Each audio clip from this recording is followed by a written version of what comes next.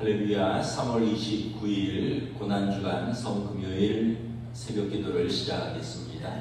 사도신경으로 우리의 신앙을 고백합니다. 나는 전능하신 아버지 하나님 천지의 창조주를 믿습니다. 나는 그의 유일하신 아들 우리 주 예수 그리스도를 믿습니다. 그는 성령으로 잉태되어 동정녀 마리아에게서 나시고 본디오 빌라도에게 고난을 받아 십자가에 못 박혀 죽으시고 장사된 지 사흘 만에 죽은 자 가운데서 다시 살아나셨으며 하늘에 오르시어 전능하신 아버지 하나님 우편에 앉아 계시다가 거기로부터 살아있는 자와 죽은 자를 심판하러 오십니다. 나는 성령을 믿으며 거룩한 공교회와 성도의 교제와 죄를 용서받는 것과 몸의 부활과 영생을 믿습니다. 아멘. 찬송가 150장 찬양합니다.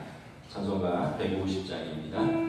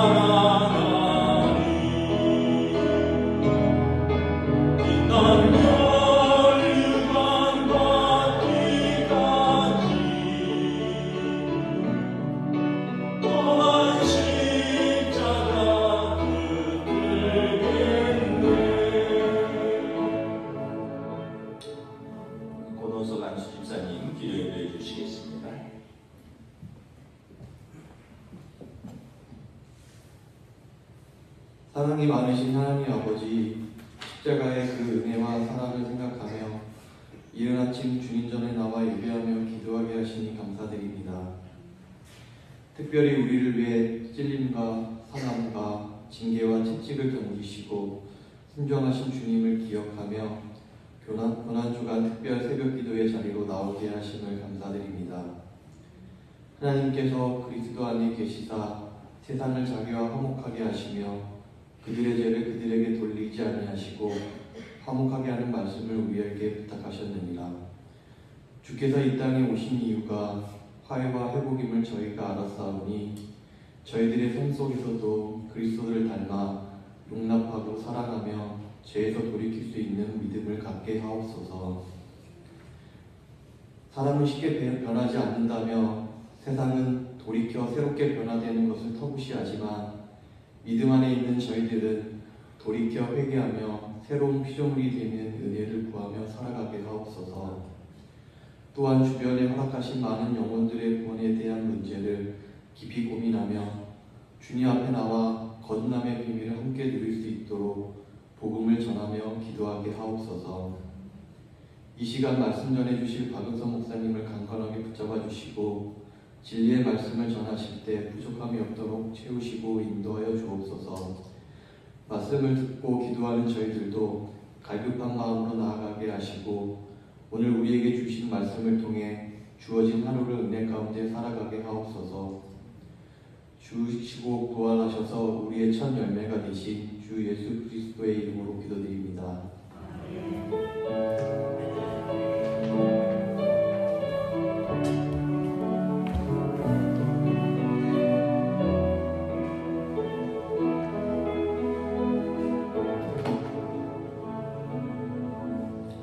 오늘 우리 주신 하나님 말씀은 신약성경 누가복음 15장 11절에서 20절까지 말씀입니다. 누가복음 15장 11절에서 20절까지 말씀입니다. 신약성경 121페이지입니다. 다 찾으신 줄 알고 저와 여러분들이 교도하겠습니다.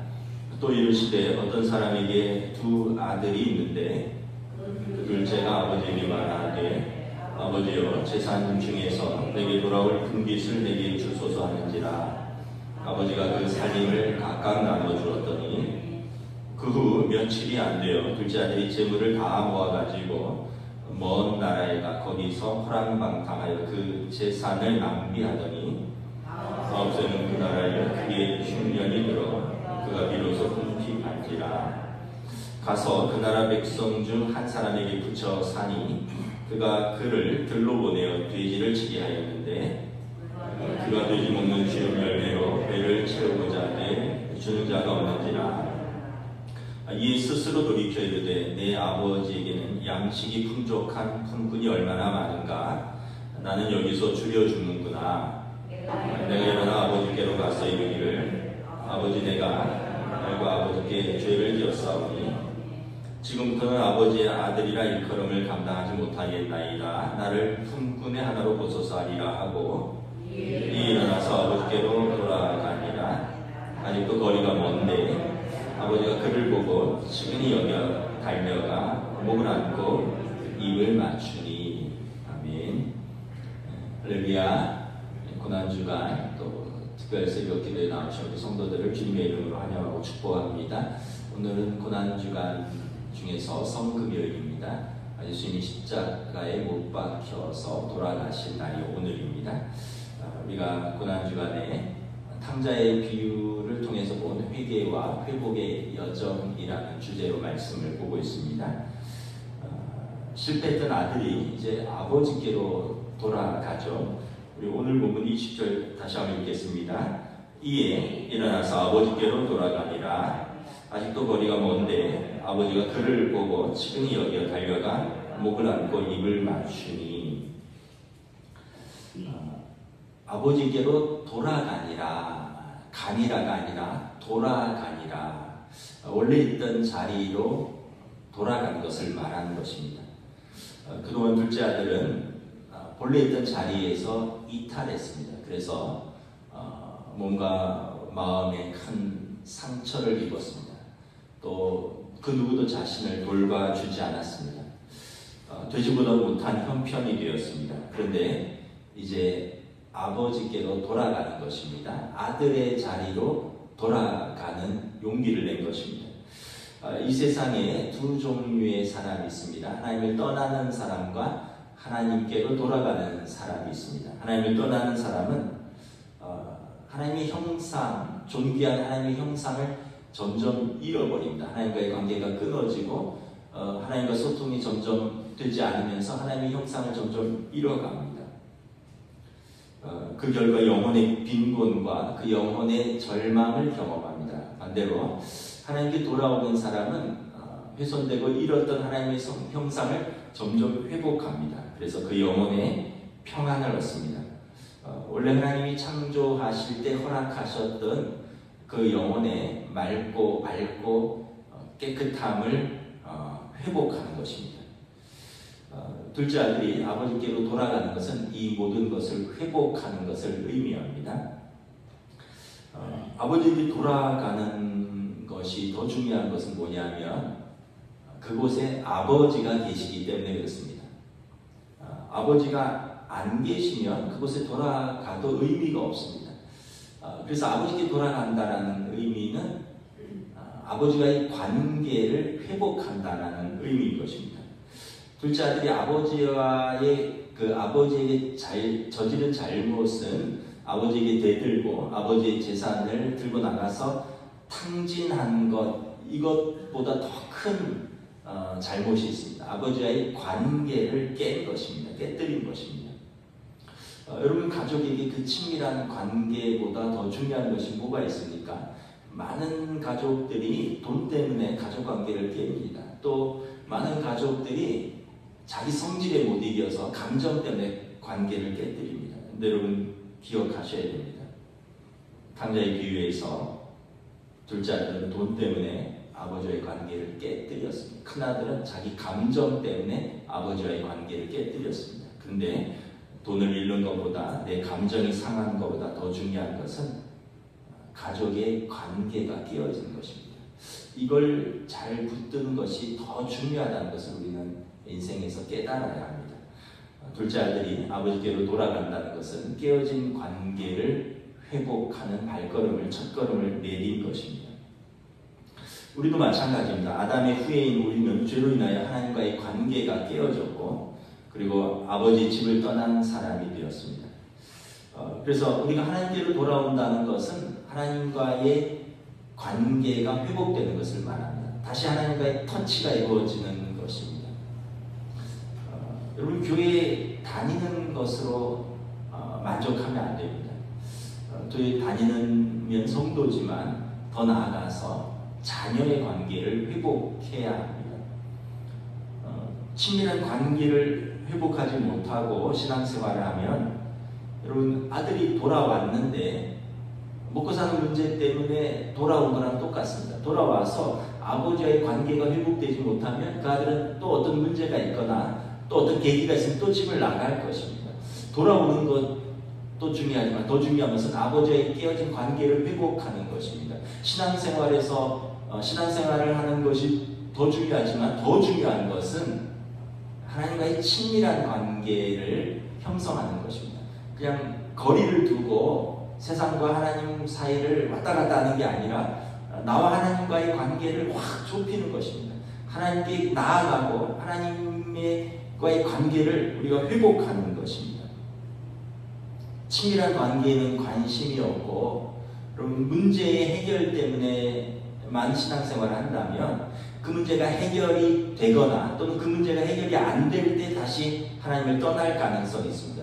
둘째 아들이 아버지 집에 돌아왔는데 아버지와의 관계가 회복되지 않으면 그냥 먹고 사는 것 때문에 돌아온 것입니다. 그 문제가 해결되거나 아니면 그 아버지가 받아주지 않는다고 느끼면 또 나갈 것입니다. 여러분, 그래서 신앙생활은 하나님과의 관계, 나와의 친밀한 관계가 형성되지 않으면 우리는 언제나 시험에 드는 것입니다.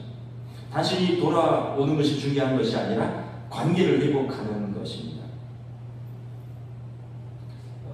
우리는 하나님 아버지가 계신 그 본향, 그 하나님의 집으로 찾아가는 여정이 인생입니다. 굉장히 멀고 긴 여정입니다.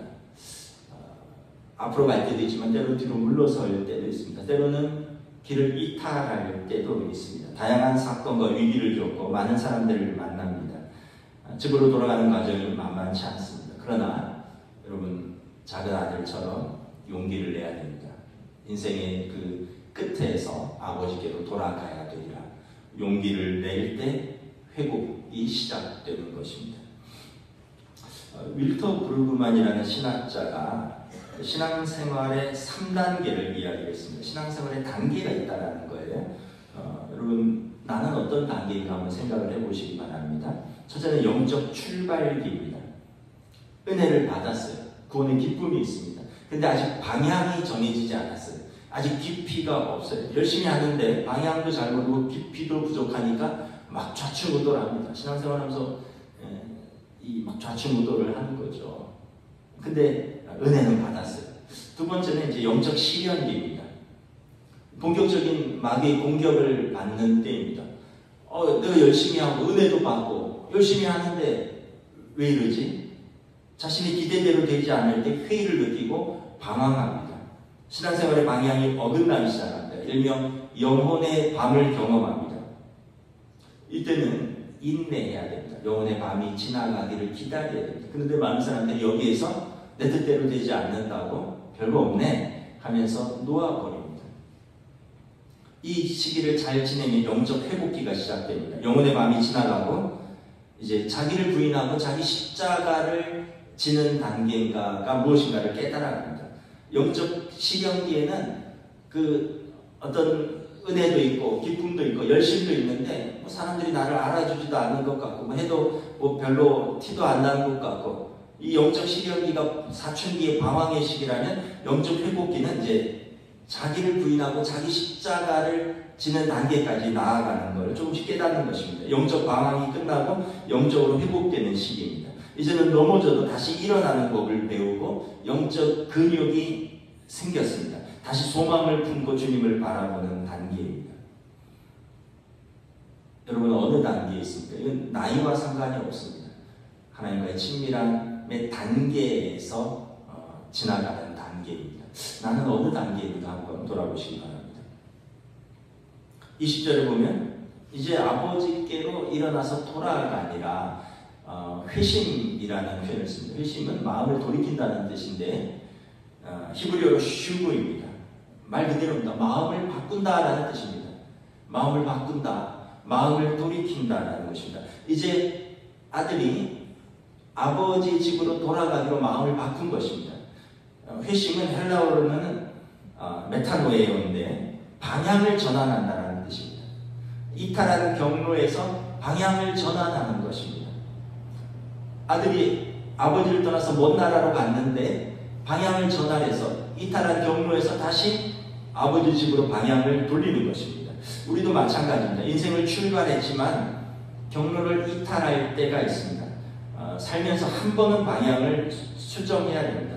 때로는 전면적으로 인생의 방향을 수정해야 될 때가 있습니다. 이때가 회심할 때입니다.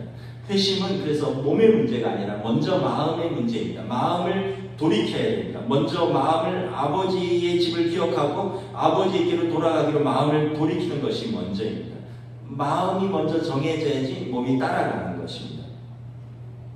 우리는 죄로 가득 찬 내 삶의 자리에서 영혼의 곤핍함과 빈곤함에 시달릴 때 하나님을 기억하는 것입니다. 그리고 아버지를 향하여 발을 떼는 겁니다. 사람들이 참 신기한 게 잘 될 때는 아버지가 있어도 아버지를 별로 의식을 못해요. 하나님 아버지가 있어도 의식을 못합니다. 근데 잘 안 될 때, 인생이 고난이 찾아올 때 비로소 아버지를 의식한다. 우리는 다 탕자입니다. 여러분도 저도 그렇습니다. 평안할 때는 하나님 아버지를 잘 의식하지 못합니다. 그런데 고난이라는 파도가 밀려올 때 그때 아버지를 의지하게 됩니다. 그래서 회심은 아들의 지위를 회복하는 데 있어서 첫걸음인 것입니다. 아버지를 기억하고 아버지에게로 마음을 돌리는 것입니다. 아들이 이렇게 마음을 돌리니까 아버지는 어떻게 합니까? 기다리십니다. 우리 20절 한번 봉독하겠습니다. 다시. 이에 일어나서 아버지께로 돌아가니라. 아직도 거리가 먼데 아버지가 그를 보고 측은히 여겨 달려가 목을 안고 입을 맞추니. 누가복음 15장 탕자의 비유에서 주인공은 작은 아들이 아니에요. 아버지에게 초점을 맞춰야 합니다. 아들이 떠난 후에 아버지가 괘씸해서 아들을 마음에서 지우고 기억에서 잊어버렸다면 이야기는 끝입니다. 그런데 아버지는 아들을 마음에서 지우지 않았습니다. 아들이 돌아오기를 기다립니다. 돌아와도 아버지가 거부하면 이야기는 끝입니다. 근데 아버지가 아들을 거부하지 않습니다. 그래서 탕자의 비유는 아들의 회심도 중요하지만 사실은 기다리는 아버지가 주인공입니다. 20절에 보면 마침내 둘째 아들이 아버지의 집으로 돌아오는데, 여러분 누가 아들을 가장 먼저 목격했을까요? 만약 마을 어디에 주민들이 목격을 할 수도 있겠죠. 만약 동네 사람들이 보았다면 초라한 몰골로 고개를 푹 숙이고 돌아온 아들을 알아보지 못했을 것입니다. 만약에 혹시나 알아봤더라도 이렇게 수근거렸을 것입니다. 아버지 대들고 아버지 재산 다 들고 호기롭게 나가더니 거지가 됐네. 꼴 좋다. 쯧쯧쯧. 혹시 들에서 일하다가 돌아오는 큰아들이 먼저 봤다면 어땠을까요? 길에서 작은 아들을 몰아세우고 대판 싸웠을 것입니다. 너가 아버지 집으로 돌아올 자격이 있느냐? 아버지 가슴에 대못을 받고 떠난 내가 여기가 어디라고 돌아오는 거냐? 또 또다시 돌아와서 문제 일으키고 집안을 풍비박산 낼 것이냐? 형은 비참한 모습으로 돌아오는 동생을 더욱 비참하게 만들었을지 모릅니다. 그래서 어쩌면 둘째 아들이 중간에 형을 만났다면 아버지 집으로 돌아오지 못하고 다시 발걸음을 돌렸을지도 모릅니다. 그런 측면에서 아버지가 아들을 제일 먼저 발견한 것은 정말 다행입니다. 20절에 보면 아직도 거리가 먼데 먼 거리인데 아버지는 그 초라한 아들을 한 번에 알아보았습니다. 여러분 이런 경험 해보았을 것입니다. 부모는 다 이 경험이 있습니다. 아이들 초등학교에 넣어놓을까요? 이제 아이들 학교할 때 교문에 가면 애들이 그냥 막 쏟아져 나오는, 마치 노란 병아리가 비슷한 옷 입고 그냥 삐약삐약 하면서 나오는 것처럼 오후 뭐 한두 시에 막 쏟아져 나오는데 엄마는 자기 아들, 자기 딸을 한 번에 알아봅니다. 이 부모입니다. 군대 훈련소 수료식에 가면 청년들이 똑같이 머리 감고 똑같이 제복 입고 똑같이 줄 쫙 서 있는데 금방 부모는 찾아냅니다. 체형을 알아봅니다. 멀리서도 연병장에 서 있는 아들을 알아봅니다. 왜 그렇습니까?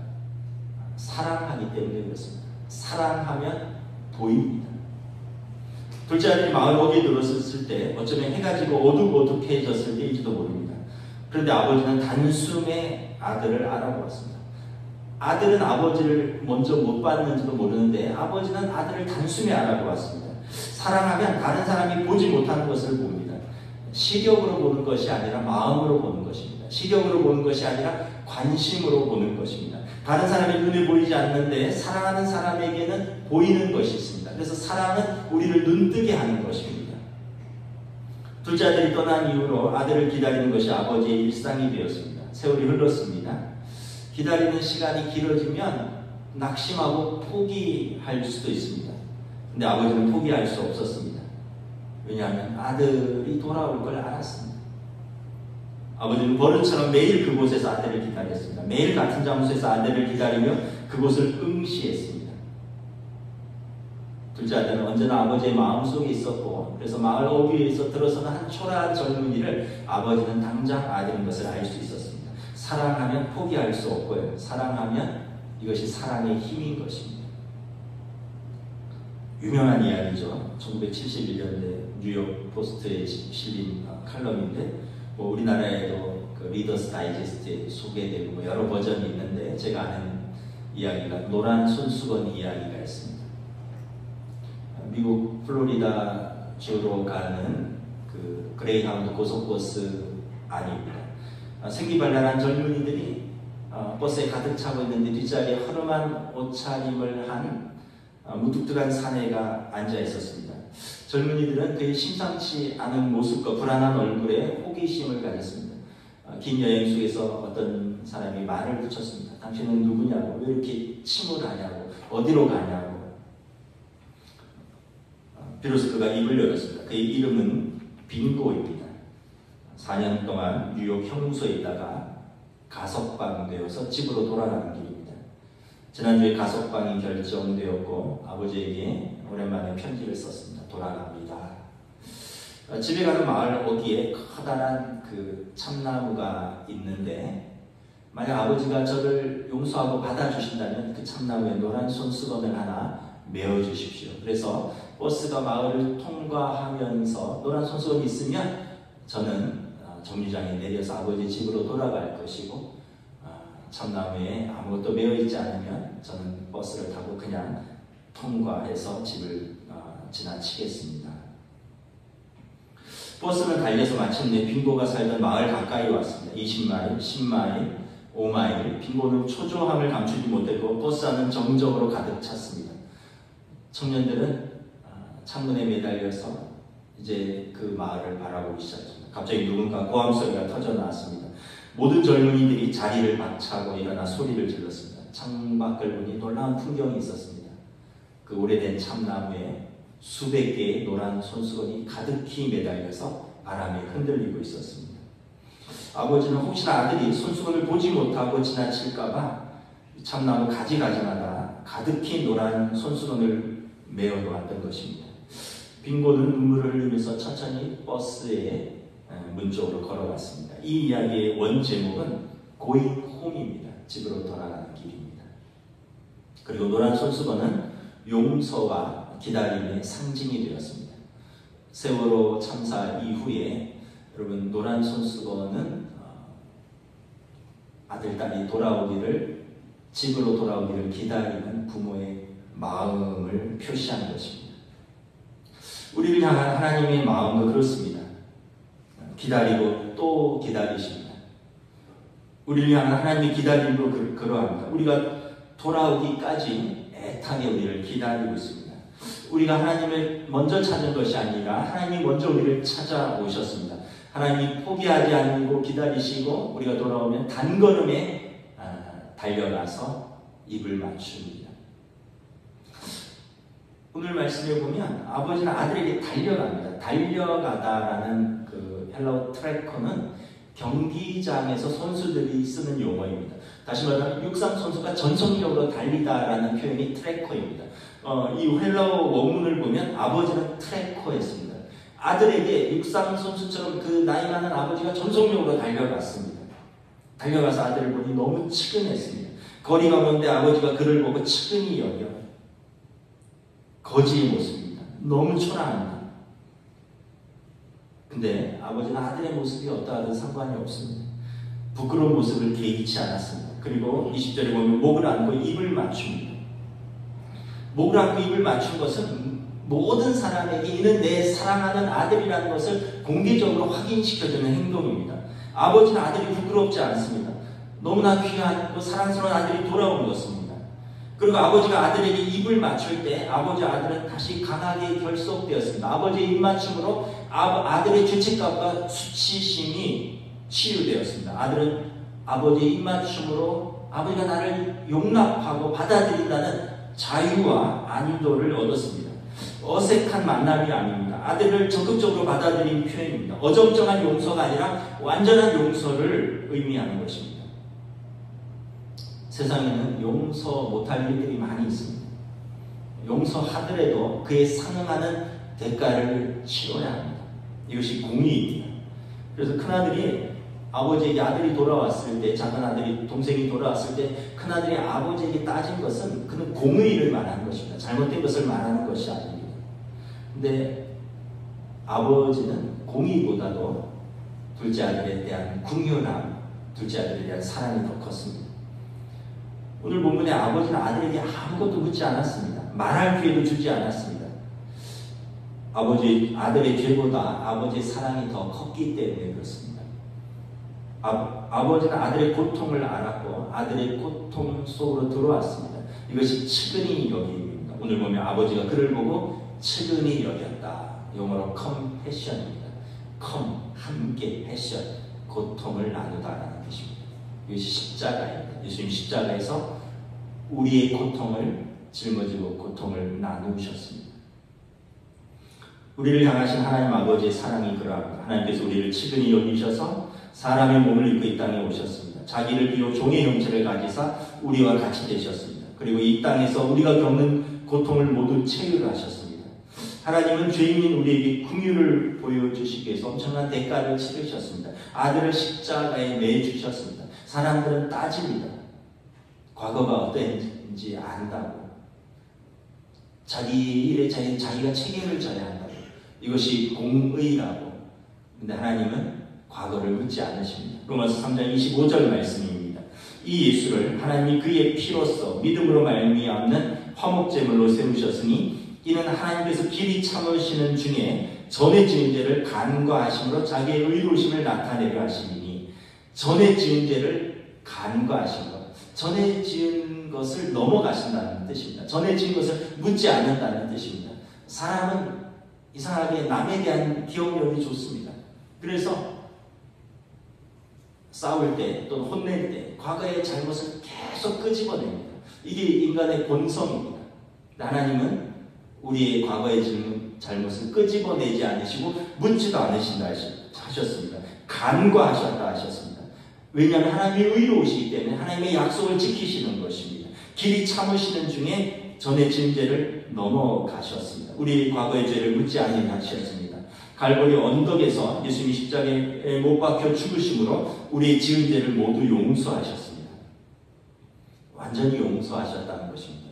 십자가에서 우리의 수치와 실패를 완전히 덮어주셨습니다. 우리가 하나님께로 나아가면 하나님은 우리를 내치지 않으십니다. 하나님은 온몸으로 우리를 안아주십니다. 하나님은 우리에게 뜨겁게 입맞추십니다. 하나님은 우리의 모든 죄와 허물과 죄책감과 수치로부터 우리를 자유케 하십니다. 이것이 십자가입니다. 그리고 이것이 좋은 소식, 복음인 것입니다. 오늘은 고난주간 중에서 예수님이 십자가에 못 박히신 성금요일입니다.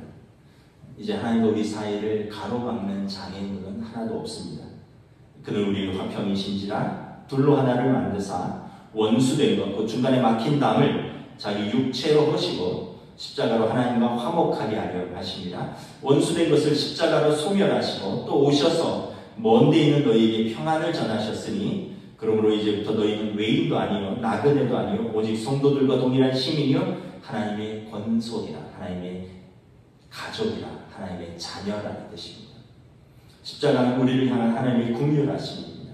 십자가는 우리를 향한 하나님의 뛰어오심입니다. 십자가는 우리를 향한 하나님의 뜨거운 포옹입니다. 십자가는 우리를 향한 하나님의 입맞춤입니다. 예수님께서 오늘 이 일을 저와 여러분을 위하여 행하셨습니다. 기도하겠습니다. 아버지는 아들을 한 번에 알아보았습니다. 거리가 멀지만 전속력으로 달려가서 그를 치근히 여기고 그를 안았습니다. 목을 껴안고 입을 맞추었습니다. 아버지에게 아들은 죽었다가 살아 돌아온 아들이기 때문입니다. 하나님께서 우리에 대한 사랑을 십자가에서 이렇게 보여주셨습니다. 기도합니다. 하나님 은혜를 감사합니다. 아들이 용기를 내어서 아버지께로 돌아가기로 결심했을 때 아버지가 나를 받아주실까? 과연 용서해 주실까? 내가 아버지 집에 품꾼이라도 들어갈 수 있을까? 아들의 염려와 근심은 단번에 아버지 사랑 안에 누가 되겠습니까? 아버지는 뛰어가고 껴안고 목을 안고 그 입술에 입을 맞추며 함께 울었습니다. 그의 모든 수치와 그의 모든 실패를 덮어주었습니다. 모든 사람들 앞에서 이는 내 사랑하는 아들임을 모든 이들 앞에서 공개적으로 만방에 보여주었습니다.